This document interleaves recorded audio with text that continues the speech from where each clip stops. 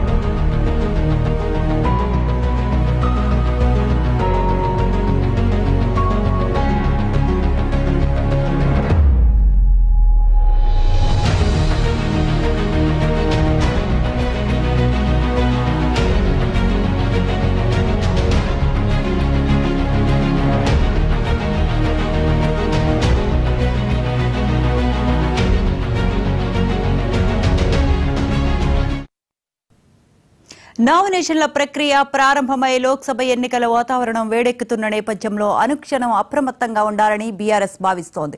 Party అభ్యర్థులుగా ఖరారు చేసిన అభ్యర్థులు కొందరు చివరి నిమిషంలో ఇతర పార్టీల్లో చేరటాన్ని దృష్టిలో పెట్టుకుని ఈ నిర్ణయాన్ని తీసుకుంది.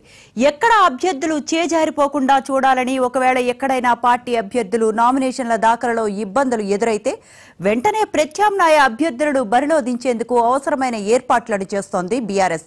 అయితే ఇదే అంశానికి సంబంధించిన మరిన్ని అప్డేట్స్ మా Telangana bureau chief Sudhakar live లో అందిస్తారు. సుధాకర్, పార్లమెంట్ ఎన్నికల వేళ భారత రాష్ట్ర సమితి అప్రమత్తమైంది. ఆ పార్టీ అధినేత, అదేవిధంగా మాజీ ముఖ్యమంత్రి కేసీఆర్ దీనిపైన నిన్న రాత్రి సుదీర్ఘ చర్చ జరిపినట్టుగా సమాచారం అందుతుంది. బీఆర్ఎస్ వర్కింగ్ ప్రెసిడెంట్ కేటీఆర్, అదేవిధంగా మాజీ మంత్రి సిద్దిపేట ఎమ్మెల్యే హరీష్ రావుతో సుదీర్ఘంగా చర్చలు జరిపినట్టుగా తెలుస్తుంది. బీఆర్ఎస్లో ప్రస్తుతం నెలకొన్న అనిశ్చితికి సంబంధించి ఆయన చర్చించినట్టుగా తెలుస్తుంది. ముఖ్యంగా నిన్న ఎమ్మెల్యే ప్రకాష్ గౌడ్ ముఖ్యమంత్రి రేవంత్ రెడ్డిని కలవడం, అదేవిధంగా ఇటీవల చాలామంది నాయకులు పార్టీని వీడి వెళ్తున్న క్రమంలో, అదేవిధంగా వరంగల్ పార్లమెంటు అభ్యర్థిగా కడియం కావ్యను ఎంపిక చేస్తే ఆమె పోటీ చేయకుండా కాంగ్రెస్ పార్టీలోకి వెళ్ళి కాంగ్రెస్ అభ్యర్థిగా పోటీ చేయడం, ఈ అన్ని వ్యవహారాలపైన మాజీ ముఖ్యమంత్రి కేసీఆర్ చర్చించినట్టుగా తెలుస్తుంది. పార్టీని ఈ సమయంలో పటిష్టం చేయాలి, అదేవిధంగా పార్టీని కాపాడుకోవాలంటే చాలా సీరియస్గా వర్క్ చేయాలి, ఎప్పటికప్పుడు అప్రమత్తంగా ఉండాలంటూ ఆయన దిశానిర్దేశం చేసినట్టుగా సమాచారం అందుతుంది. ముఖ్యంగా చూసినట్లయితే బీఆర్ఎస్కు సంబంధించి 17 పార్లమెంటు స్థానాలకు అభ్యర్థులను ప్రకటించింది. 17 మంది కూడా నామినేషన్లు దాఖలు చేయడానికి సిద్ధమవుతున్న ఈ తరుణంలో ఎక్కడన్నా ఒకరో ఇద్దరో పోటీ చేయడానికి వెనుకడుగు వేసినా వెంటనే అక్కడ ప్రత్యామ్నాయ అభ్యర్థులను సిద్ధంగా ఉంచాలి, వెంటనే వారిని కార్యక్షేత్రంలోకి దించాలి, వారు పోటీ చేసే విధంగా చర్యలు తీసుకోవాలనేది ఒక అంశం.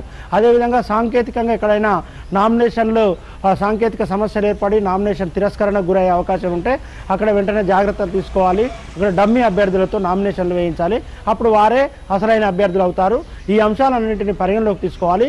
ఏ పార్లమెంటు నియోజకవర్గంలోనైనా ఒకవేళ బీఆర్ఎస్ అభ్యర్థి నామినేషన్ దాఖలు చేయకపోయినా, లేదంటే నామినేషన్ తిరస్కరణకు గురైనా కూడా ఆ ఎఫెక్ట్ అనేది మిగతా 16 పార్లమెంటు స్థానాలపైన పడే అవకాశం ఉంది. కాబట్టి ఎక్కడికక్కడ జాగ్రత్తలు తీసుకోవాలంటూ ఆయన సుదీర్ఘంగా దీనిపైన చర్చించినట్టుగా సమాచారం అందుతుంది. బీఆర్ఎస్ ప్రస్తుతం కొంత అనిశ్చితిలో ఉంది. ఆ పార్టీ నుంచి ముఖ్య నాయకులందరూ కాంగ్రెస్ పార్టీలోకి వెళ్ళిపోతున్నారు. ఇప్పటికే 3 ఎమ్మెల్యేలు కాంగ్రెస్ పార్టీలో జాయిన్ అయ్యారు. కడియం శ్రీహరి, దానం నాగేందర్, తెల్ల వెంకట్రావు, ఈ 3 ఎమ్మెల్యేలు కాంగ్రెస్ పార్టీలో జాయిన్ అయ్యారు. నిన్న రాజేంద్రనగర్ ఎమ్మెల్యే ప్రకాష్ గౌడ్ ముఖ్యమంత్రి రేవంత్ రెడ్డితో భేటీ అయ్యారు. ఆయన ఇవాళ రేపో కాంగ్రెస్ పార్టీలో జాయిన్ కావడానికి సిద్ధంగా ఉన్నారు. అదేవిధంగా 3 ఎంపీలు రంజిత్ రెడ్డి, వెంకటేష్ నేత, పస్నూర్ దయాకర్, ఈ 3 ఎంపీలు కాంగ్రెస్ పార్టీలో జాయిన్ అయ్యారు. అదేవిధంగా ముఖ్యమైన నాయకులందరూ వెళ్ళిపోతున్న ఈ తరుణంలో పార్టీని కాపాడుకోవాల్సిన అవసరం ఎంతైనా ఉంది.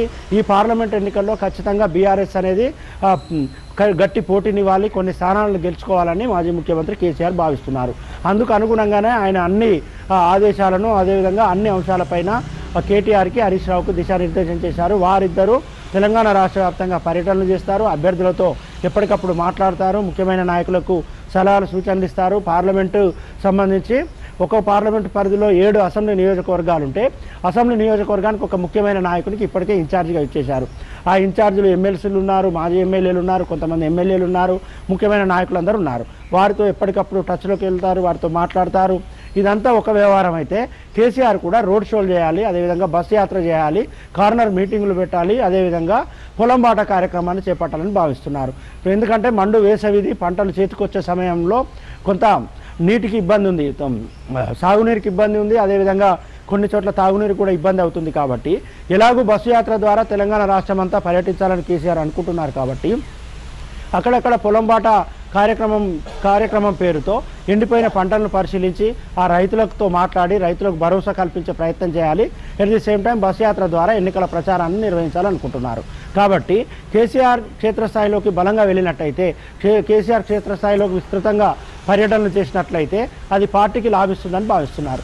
కాబట్టి ఈ 3 అంశాలను, ఒకటి పోటీ చేసే అభ్యర్థులను కాపాడుకోవాలి, వారు ఖచ్చితంగా పోటీలో ఉండేటట్టు చూసుకోవాలి, సాంకేతికపరమైన అంశాలు తలెత్తకుండా చూడాలి. అదేవిధంగా ఎమ్మెల్యేలు, ముఖ్య నేతలు ఈ సమయంలో పార్టీ నుంచి చేదారిపోకుండా చూసుకోవాలంటే వారికి నిత్యం టచ్లో ఉండాలి, బీఆర్ఎస్ చేసే కార్యకలాపాల్లో వారిని భాగస్వామ్యం చేయాలి. At the same time KCR విస్తృతంగా కార్యక్షేత్రంలో ఉండాలి. వీటన్నింటిపైన నిన్న రాత్రి సుదీర్ఘంగా హరీష్ రావు కేటీఆర్తో కేసీఆర్ చర్చించినట్టుగా తెలుస్తుంది. దాన్ని అమలు పరిచేందుకు కూడా అన్ని ఏర్పాట్లు జరుగుతున్నాయి. Right, thank you Sudhakar.